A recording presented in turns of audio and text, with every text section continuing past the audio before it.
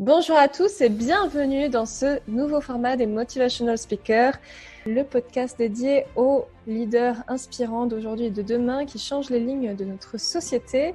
Et aujourd'hui, je donne la parole du coup à Samuel Coulon, qui est spécialiste de la respiration et qui est avec nous pour nous parler un petit peu de ce qu'il réalise. Bonjour Samuel, comment tu vas ? Bonjour Laura, très bien, merci. Et toi? Oui, super, merci beaucoup. Alors, est-ce que tu peux nous parler déjà un petit peu de ton activité, de comment est-ce que ça se passe? Qu'est-ce que tu fais exactement? Déjà, merci de me recevoir, c'est super gentil.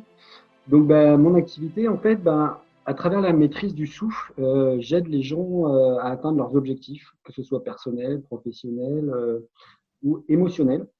Parce qu'en fait, avec le souffle, on travaille énormément sur les émotions. Et en fait, moi, mon travail, c'est de transformer ces émotions en énergie, parce que les émotions, elles sont importantes, ça fait partie de notre vie.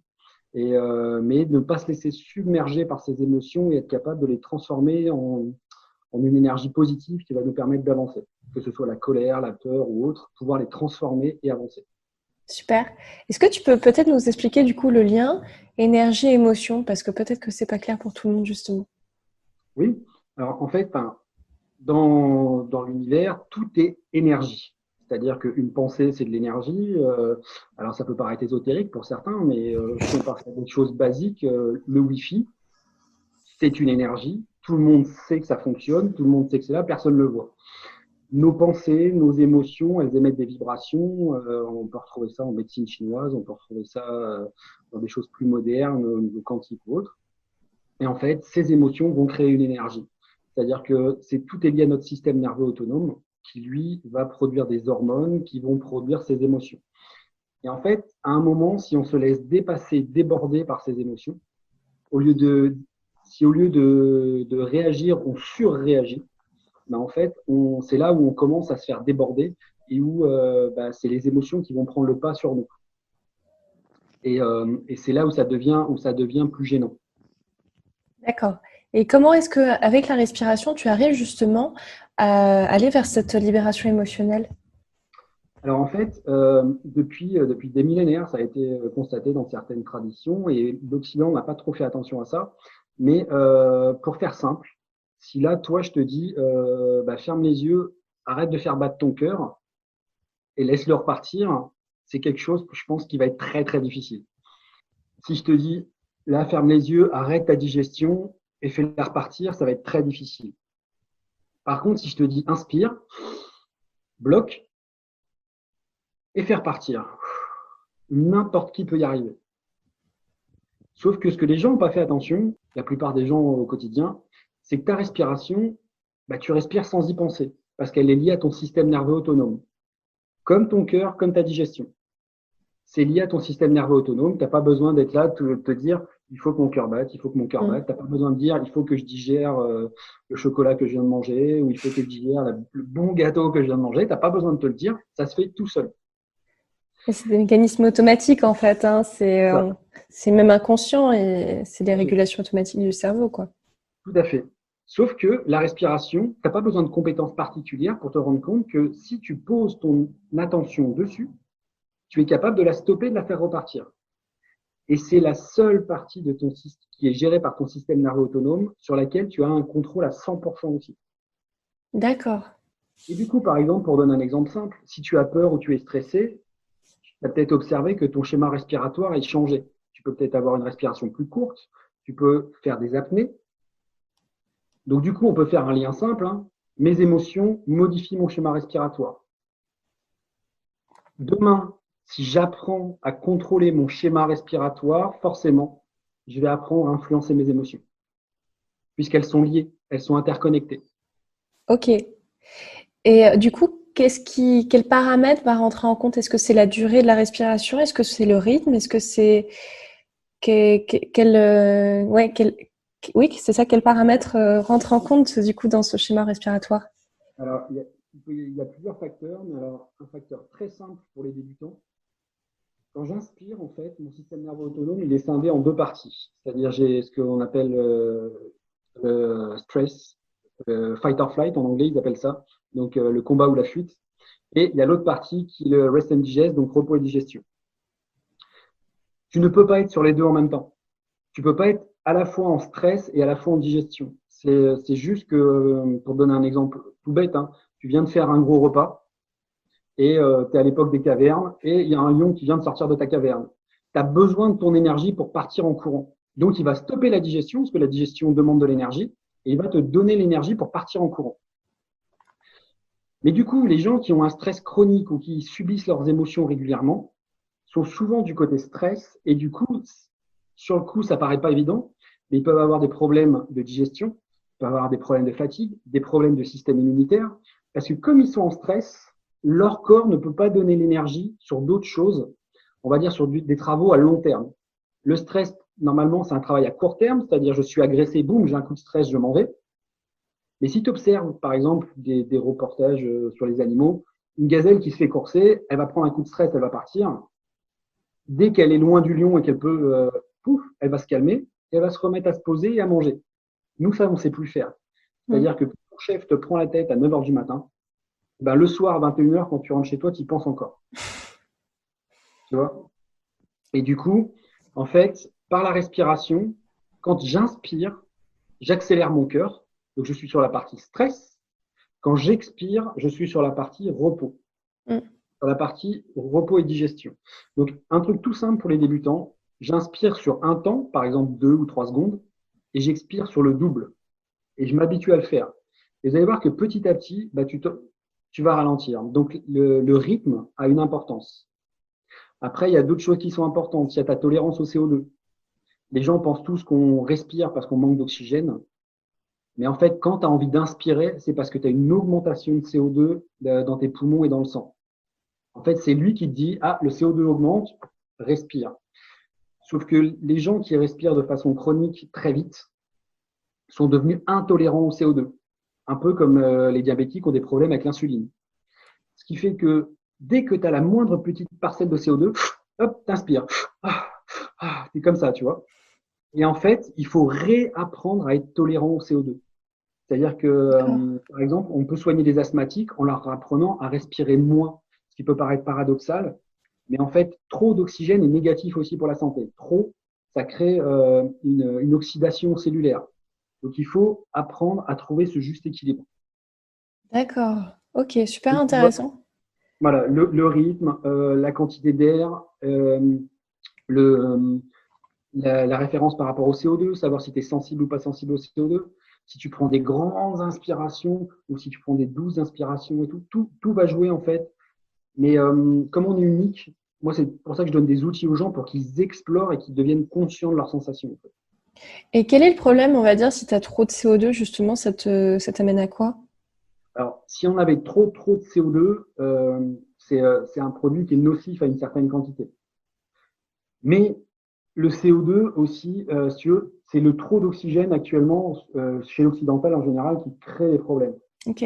Parce qu'en fait, le CO2, il existe, il a une bonne raison. C'est-à-dire que dans les échanges gazeux, au niveau, quand tu vas inspirer, que tes globules rouges vont prendre l'oxygène qui passe dans tes poumons, ils vont le prendre et ils vont l'emmener jusqu'au tissu où il y a besoin de le larguer.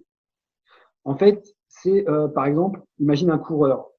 Il va se servir essentiellement de ses cuisses et de ses mollets. Et donc, c'est à ce niveau-là, ces muscles qui vont produire de l'énergie, qui vont produire du CO2, parce que le CO2, c'est un résultat de la combustion de l'oxygène dans les cellules. Donc, au niveau des cuisses, il va produire du CO2 et il va produire de l'acidité, comme l'acide lactique, des choses comme ça. Et ce CO2 et cette acidité aident l'oxygène à être libéré par l'hémoglobine, parce que l'hémoglobine adore l'oxygène. Et du coup, si tu hyperventiles, tu as moins de CO2 dans le sang, donc ton oxygène est moins bien libéré de l'hémoglobine. C'est ce qu'on appelle l'effet de bord. En fait, c'est paradoxal parce qu'on pense que si je respire beaucoup, je vais respirer mieux. Mais en fait, c'est totalement l'opposé. C'est-à-dire qu'il faut respirer moins pour respirer mieux. C'est-à-dire que tu dois trouver cette balance. En naturopathie, par exemple, on parle d'homéostasie, c'est un équilibre. Il faut trouver cet équilibre entre la quantité de CO2 que tu produis. Alors ça, c'est involontaire, hein, mais c'est un entraînement aussi, tu peux l'améliorer. Et l'oxygène que tu apportes. Parce qu'en fait, ta saturation en oxygène, par exemple, quelqu'un qui est en bonne santé, c'est environ 94-95% de saturation dans le sang. Et ça ne change pas. C'est-à-dire que tu respires comme un fou, ça va varier peut-être d'1 ou 2%. Si tu n'as pas de problème de santé, cette saturation ne bouge pas. Et en fait, c'est la façon dont elle va être assimilée dans les tissus, dans les cellules, qui va changer. Et ça, pour changer ça, tu as besoin d'augmenter ta quantité de CO2 pour que l'échange se fasse plus facilement. Ok, d'accord. Ok, c'est super intéressant. Et du Voilà, coup, en fait, ouais, c'est super intéressant parce qu'on n'en parle pas souvent de type de mécanisme, en fait. Et moi, je me pose une question, par exemple, souvent quand tu respires trop, quand tu hyperventiles, tu sais, tu as des symptômes, la tête qui tourne, etc. Du coup, est-ce que c'est dû à ça? bah oui, parce que du coup, tu hyperventiles, donc c'est paradoxal, mais musculairement, on va dire, mécaniquement, tu vas respirer plus, mais cellulairement, tu vas respirer moins, puisqu'il y D'accord. a moins d'échanges gazeux au niveau des cellules. Vu que tu apportes beaucoup d'oxygène et que tu chasses le CO2, ce système fait que ben, tes cellules, enfin l'hémoglobine déjà va moins relâcher l'oxygène, puisqu'il y a moins de CO2, moins d'acidité, parce que tu vas alcaliniser un petit peu le pH de tes cellules et autres, ce qui fait que du coup, il y a moins de relargage d'oxygène. Donc du coup, c'est pour ça que tu as ces effets qui arrivent. Alors ces effets peuvent être recherchés dans certaines respirations, mais c'est volontaire. C'est comme une apnée. Un apnéiste, c'est une démarche volontaire, donc c'est bénéfique pour la santé. Des apnées involontaires, comme les apnées du sommeil, les apnées quand tu es en stress, c'est pas bénéfique pour toi, puisque ça Hmm. crée un stress qui n'est pas nécessaire pour ton corps et qui va t'entraîner de plus en plus loin dans les effets négatifs du stress. Comme quoi, par exemple? Au niveau du stress, par exemple, quand tu stresses, tu crées du cortisol, par exemple. Tu Hmm. vois. Et il y a une image que j'aime bien, c'est qu'on te dit en gros 5 minutes de colère, c'est 5 heures où ton système immunitaire est HS. Hmm. Parce qu'en fait, le cortisol, c'est un produit utile pour toi. Par exemple, tu en produis le matin quand tu te réveilles pour te donner un petit boost, tu vois. Mhm. Le problème, c'est que si tu en as trop, ça devient un déchet. Ça devient un déchet toxique. Et ton corps va trouver une façon de l'éliminer. Et c'est ton système immunitaire qui l'élimine. Donc, pendant qu'il fait ça, on revient toujours sur le jeu des priorités. Qu'est-ce qui est prioritaire? Donc là, j'ai une grosse décharge de cortisol. Et ben, ton système immunitaire, au lieu de, tu vois, c'est un peu d'actualité, mais au lieu de lutter contre certains virus ou contre certaines choses, comme il a cette décharge violente de cortisol, il va se concentrer sur le cortisol. Et pendant ce Hmm. temps, ton système immunitaire ne peut pas réparer ton corps, ne peut pas éliminer d'autres déchets qui paraissent moins importants à ce moment-là. Ok, d'accord. Ok, super intéressant, très bien. Et du coup, est-ce que tu aurais un conseil pour les personnes qui nous écoutent, potentiellement hypersensibles? Quel exercice concret, par exemple, est-ce qu'elles pourraient faire pour mieux gérer leur stress? Alors, déjà, il y a des petits conseils de base. Il y a un outil, mais hyper simple, et il suffit d'observer les enfants. Le soupir. Un enfant, quand il va prendre une remarque, une punition, quelque chose, et que cela, ça lui semble injustifié, bah souvent, il va souffler. Alors, dans notre culture, c'est quelque chose d'un manque de respect, l'enfant va se faire gronder ou quoi. Mais en fait, son corps sait. C'est-à-dire qu'il est en train de monter en pression, il est en train de stresser. Qu'est-ce qu'il va faire? Il va souffler. Et en fait, tous les gens qui à un moment vont monter en pression, moi je vous conseille de travailler le soupir. C'est-à-dire une rapide inspiration et je vais souffler, je vais lâcher. Hmm. Pensez à un arc. Quand j'inspire, je tire, je donne toutes mes forces, comme quand je vais tirer sur l'arc. Et quand j'expire, je lâche et je laisse partir et j'essaye d'allonger. Tu vois, par exemple, et je répète plusieurs fois et je sens, je me concentre, je sens la détente se mettre en moi. Donc ça, c'est un petit outil, mais hyper simple. Ok. Alors c'est sûr que si tu as ton chef en face de toi et que tu fais C'est pas terrible.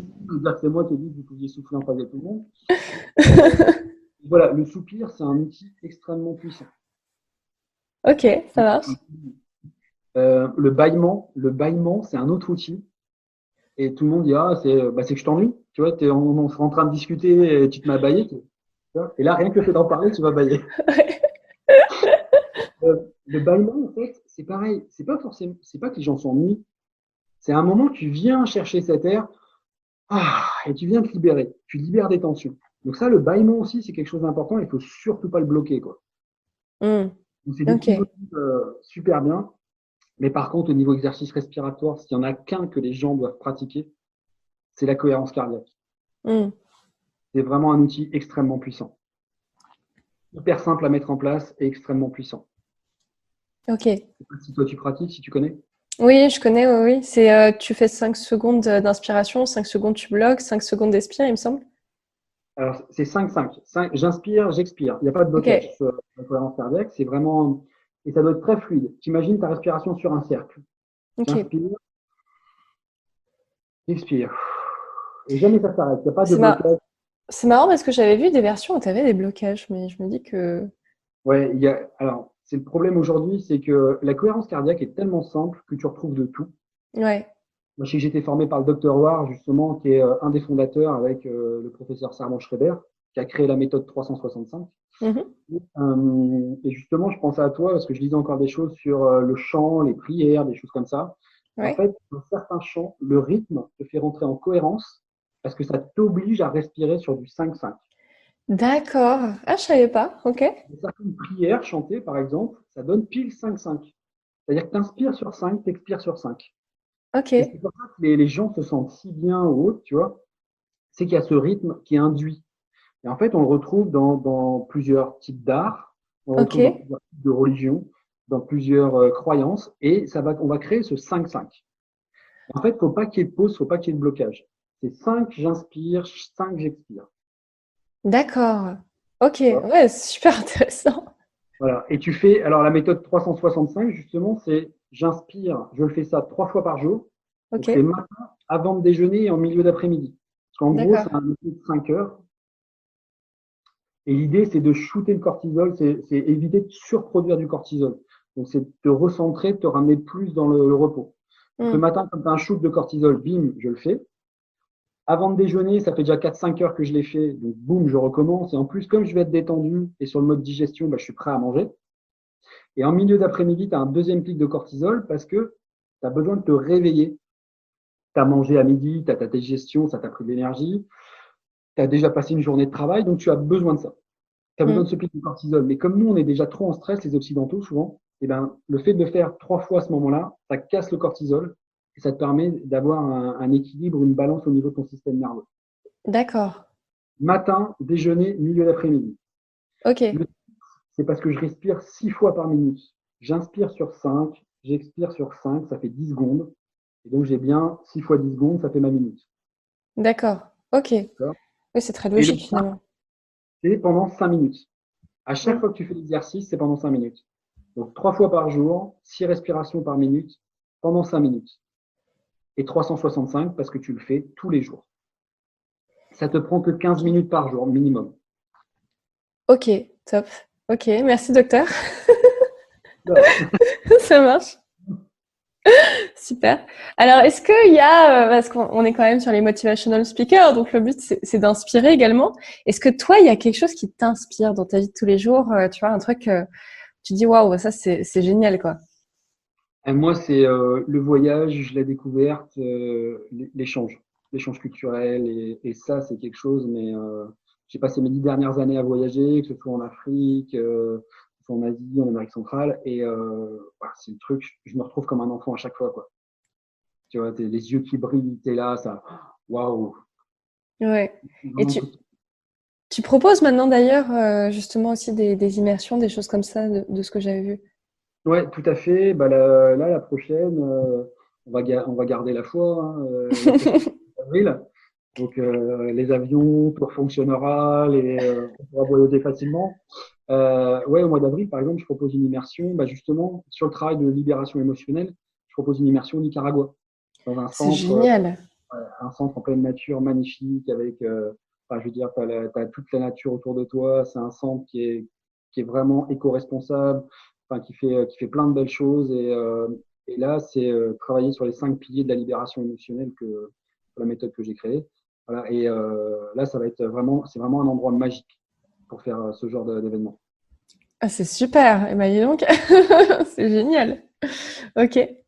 Ce serait quoi ta philosophie de vie? La vie, c'est pas seulement respirer, c'est avoir le souffle coupé. C'est-à-dire Donc, que en... c'est ce moment qui te... Donc, en fait, dans ta vie de tous les jours, tu respires. Et quand tu pars en voyage, tu vois, tu as l'échange culturel, tu as le souffle coupé, tu restes là devant les paysages. C'est ça, c'est ça. Non, mais c'est cultiver la gratitude pour les petits moments. Tu vois, Ouais. on est dans une culture où tous les gens essayent de se dépasser et tout. Je trouve ça très noble, très beau, mais on en oublie les fondamentaux, les basiques. Mm. Et c'est-à-dire, moi, la gratitude. Tu vois, tu te lèves le matin, par exemple, ce matin, moi, j'avais un lever de soleil magnifique avec du rose, du bleu et tout. Voilà, c'est juste du bonheur, tu vois.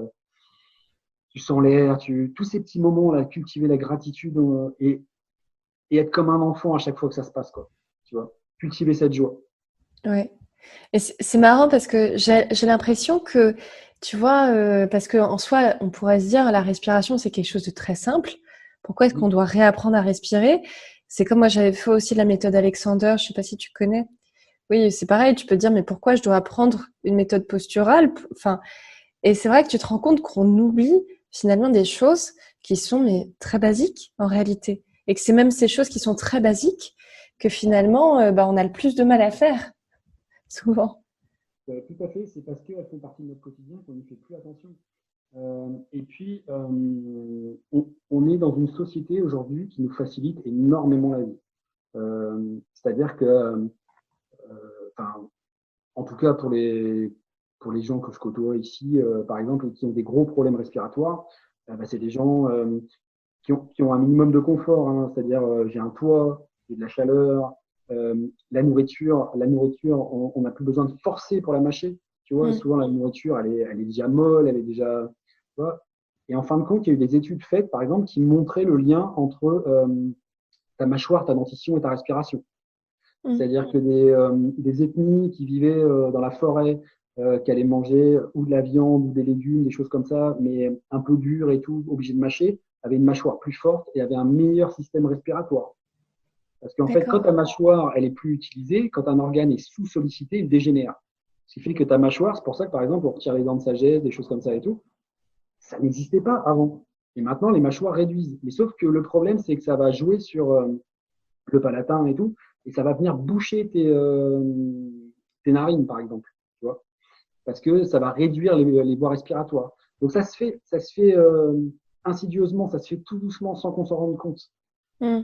Donc ça, c'est des petites choses. La posture, rester assis toute la journée dans un bureau sur une chaise, eh ben, notre sangle abdominale, elle se ramollit et ben, forcément, on tient plus bien et notre colonne, ça joue énormément. J'ai oublié son nom, mais il y a une femme allemande qui avait un très gros problème de scoliose. À 16 ans, elle a décidé qu'elle trouverait une solution pour guérir. On lui avait dit qu'elle ne pourrait pas. Elle l'a fait via la respiration. Parce Ok. qu'en respirant d'une certaine façon et en rouvrant sa cage thoracique et tout, elle a ressollicité certains muscles et elle a réussi. Et après, elle a soigné des centaines de personnes dans le monde par cette méthode, des gens qui avaient une scoliose à plus de 80%, parce que Mm. tout est lié. Tout est lié. Et Mm. aujourd'hui, hein, on peut dire que je prêche pour ma paroisse, hein, mais j'ai pas trouvé un problème aujourd'hui où il n'y a pas un marqueur qui vient de la respiration, il n'y a pas une solution qui vient de la respiration. C'est-à-dire que l'hypertension, tu peux agir avec la respiration. Le diabète, tu peux agir avec la respiration. Le stress, des problèmes posturaux, tu peux agir en travaillant la respiration. Et c'est ça qui est incroyable, c'est que c'est un outil tellement simple, comme tu dis, accessible à tous. Moi, des gens me disent, non, mais pourquoi j'aurais besoin d'apprendre à respirer? Je respire depuis que je suis né. C'est pas faux. C'est pas faux. Mais en fait, c'est plus une rééducation respiratoire et apprendre à utiliser l'outil correctement. Mais comme aujourd'hui, il y a des choses qui explosent, comme le yoga, ce qu'on appelle le mouvement aussi, parce que les gens ne savent plus bouger. Alors que notre corps, il est fait pour bouger. Il n'est pas fait pour rester statique 8 heures d'affilée dans la journée. Mm. Et ça, c'est tout des fondamentaux qu'on pense acquis. Ouais. Tu vois. Aujourd'hui, ça devient un peu plus évident pour la nourriture, la nutrition, parce que les gens le voient, parce qu'il y a aussi sur l'image, sur le physique, Ouais. où ça joue, tu vois, et l'image est assez importante dans notre société, donc les gens ils font un peu plus attention. Mais la respiration, on ne se rend pas compte de l'impact que ça peut avoir aussi sur nos émotions, sur notre mental et sur notre Bien physique. sûr. Ouais. Et c'est lié à notre énergie aussi. c'est très lié aussi à tout ce qui est énergétique d'ailleurs. Quand tu as envie de monter en énergie, justement, moi j'utilise beaucoup la respiration pour me connecter justement. Tout à fait, puisque on retrouve dans différents stades de respiration. Hein. Tu vois, il y a les plus simples comme la cohérence cardiaque qui sont à pratiquer au quotidien. Et puis, effectivement, quand tu es lié à l'énergétique, que tu veux monter, que tu veux passer dans des états de conscience modifiés, par exemple, comme on peut parler des chamans qui prennent de l'ayahuasca, mais il y a aussi, ça c'est le plus connu entre guillemets, mais il y en a aussi qui le font uniquement par la respiration. Il y a des méthodes comme le rebirthing, l'holotropique, ou le soma ou d'autres que j'enseigne, qui arrivent à basculer dans des états de conscience modifiés à ce moment-là. Ou sinon, tu veux un coup de fouet, un coup de boost.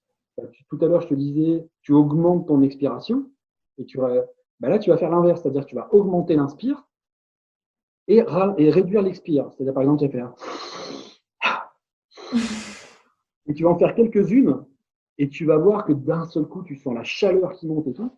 Parce que l'énergie dans notre corps, elle est produite par deux choses, ton aliment et ce que tu respires. Ok, ça Donc, marche. si tu viens améliorer, pense à un feu de cheminée. Quand tu veux que ton feu de cheminée il augmente, tu augmentes le tirage, tu augmentes l'apport d'air. Ouais, c'est vrai. C'est une très bonne image. Ok. Alors, où est-ce qu'on peut te retrouver? Qu'est-ce que tu proposes exactement? Les personnes qui sont intéressées par tes services, comment est-ce qu'elles peuvent faire? Elles peuvent me retrouver soit sur ma page sur Facebook, Samuel Coulon, Samuel Coulon Coaching. Sur Internet, j'ai mon site Coaching Holistique et sur Instagram. Et puis après, moi je propose des séances en 1 à 1. Je travaille énormément et je travaille de plus en plus sur travailler face à l'humain. Dans un monde où on vient tous déconnectés, on travaille tous à distance. Alors ça a des avantages, hein, c'est hyper utile. Mais moi, ça me tient à cœur de travailler de plus en plus face à l'humain. Justement, toute l'énergie, toutes les choses qu'on va travailler. Puis tu vois, quand tu vas travailler la respiration, aider les gens, voir si leur diaphragme fonctionne bien et tout, il n'y a rien de tel que de le faire en face à face. Puis après, je propose une formation aussi pour les professionnels, thérapie par le souffle. Je leur donne tous les outils en fait. Je n'apprends pas une méthode, je donne des outils. Ils vont les explorer pendant la formation et après, ils vont les utiliser à leur façon avec les gens qu'ils accompagnent. D'accord. Et puis, des séminaires comme des retraites comme au Nicaragua. Oh, c'est super, c'est génial. En tout cas, bravo pour ce que tu fais, c'est fantastique. Alors, je mettrai le lien justement dans la description de ce podcast pour que les personnes puissent retrouver ce que tu fais exactement et puissent aller sur ton site. Et je te remercie énormément pour cet échange qui a été super intéressant et super instructif. Vraiment. Merci à toi. Franchement, c'était super gentil. Puis ça fait un petit moment qu'on échange, que le courant pas bien. Ça me fait super plaisir. Tu m'as invité. C'est vraiment chouette. Vraiment très très cool. Et je vous retrouve en tout cas à tous les auditeurs qui nous écoutent. Je vous retrouve très bientôt pour un nouvel invité, un nouveau podcast. Et je vous dis à très vite. Au revoir.